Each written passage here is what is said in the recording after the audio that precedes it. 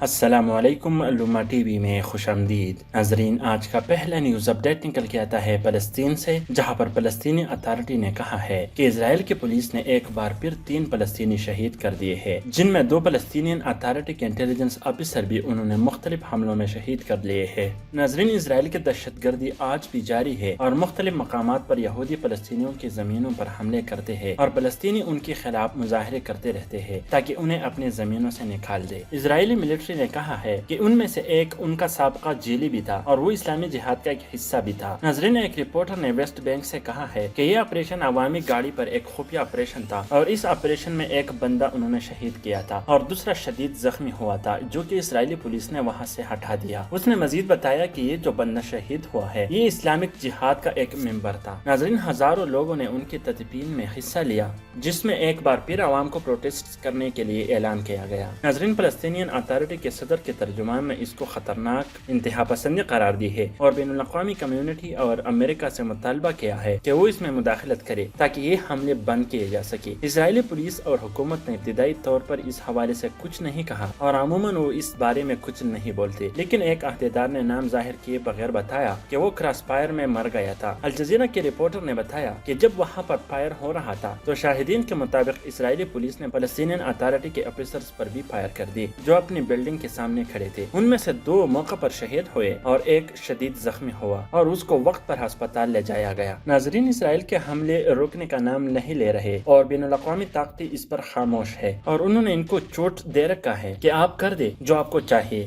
ورنہ جس طرح کا ظلم اسرائیل اور یہودی ان فلسطینیوں پر کر رہے ہیں اس کا مثال ہی ہمیں نہیں ملتا اور نہ کوئی اس طرح کر سکتا ہے۔ یعنی اگر کسی اور نے 66 بچے مار دیے ہوتے تو عالمی طاقتوں نے آسمان سر پہ اٹھانا تھا کہ جی یہ تو ہیومن رائٹس کی خلاف ورزی ہو گئی اور یہ پلا ہو گیا، لیکن اب یہ اتنے نہیں کر سکتے کہ وہ محض اس کی مذمت تو کر دے۔ اور یہ سب کوئی پہلی بار نہیں ہو رہا بلکہ یہ تسلسل سے جاری ہے اور ان کے خلاف کوئی بولنے کا سوچ بھی نہیں سکتے۔ ایون آپ امریکہ کا بھی سوچ لے، وہ بھی ان کے خلاف کچھ بھی نہیں بول سکتا، تو ہم اس کے علاوہ اور ممالک سے کون سا گلہ کر سکتے ہیں؟ اور سعودی اور UAE وغیرہ سے تو یہ توقع ہی نہیں رکھنا چاہیے کہ یہ اسرائیل کے خلاف کچھ بولیں گے اور وہ جو چاہے ان سے کروا دے اور یہ بغیرت صرف لبیک کہیں گے۔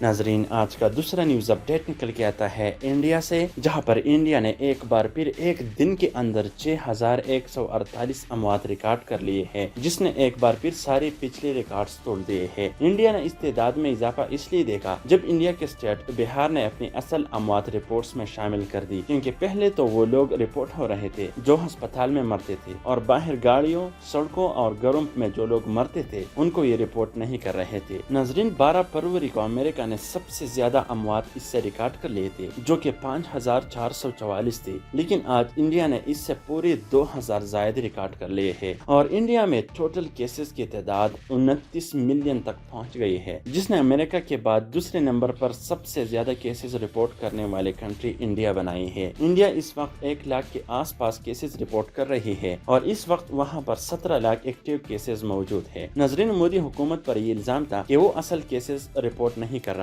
اور الزام کیا یہ تو ایک حقیقت تھا۔ بہت سارے رپورٹس نے ہمیں بتایا تھا کہ انڈیا میں جتنے کیسز مودی حکومت ریکارڈ کر رہے ہیں اصل تعداد اس سے 5 سے 10 گنا زیادہ ہے، اور اگر یہ اصل تعداد عوام کے سامنے آتی تو مودی کا خیر نہیں تھا، کیونکہ امریکہ میں ہم نے دیکھا کہ کورونا وقت پر ٹیکل نہ کرنے کی وجہ سے لوگوں نے ڈونلڈ ٹرمپ کو وہاں سے ہٹا دیا اور اگلا صدر جو بائیڈن منتخب کر لیا۔ اب اگر مودی ایسا نہ کرتا تو یہ بھی اس کے لیے آخری دن ہو سکتے تھے، اور یہ تو انڈین بھی تسلیم کرتے ہیں کہ 40 سے 50 لاکھ کے درمیان اس سے اصل میں اموات ہوئے ہیں۔ اور آپ یہاں سے اندازہ کر دے کہ جو اموات وہاں پر ہو رہے تھے اس سے 4 منٹ کے اندر ایک بندہ مر جاتا تھا، اور نوبت یہاں تک آئی تھی کہ لوگوں کے پاس مردے جلانے کا کوئی پروگرام ہی نہیں تھا اور نہ ان کے لیے لکڑی موجود تھے۔ اور ایک نیوز میں تو ہم نے یہاں تک دیکھا کہ لوگوں نے اپنے مردے سمندر میں پھینک دیے تھے، یعنی ایک بندہ اس سے اور کتنا مجبور ہوگا کہ اپنے مردے سمندر میں پھینک دے۔ اور بعد میں انڈین پولیس نے ابتدائی طور پر اس کا اصل سبب عوام سے چھپایا اور اس اس ٹائم بھی وہاں پر ہر آتے دن اس وائرس کے نئے ویریئنٹس دیکھے جاتے ہیں، جس نے عوام کو پھر سے ایک خوف میں مبتلا کر دیے ہیں، کیونکہ پہلے ہی انہوں نے اپنے پیارے کھو دیے ہیں، اور اب اگر انڈیا میں اس کا نیا ویو آ گیا تو یہ اور بھی تباہ کن ہوگا، اور اس سے انڈیا کی اکانومی بھی تباہ و برباد ہوگی، کیونکہ پہلے بھی ان کو بہت نقصان کا سامنا کرنا پڑا ہے، اور لاک ڈاؤن اور مسلسل اموات نے انڈیا میں زندگی مفلوج کر لی ہے۔ اب یہ تو مستقبل میں سامنے آئے گا کہ کتنے اموات اس سے اصل میں ہوئے ہیں، اور ہو سکتا ہے کہ کانگریس اس کو مودی کے خلاف استعمال کر دے۔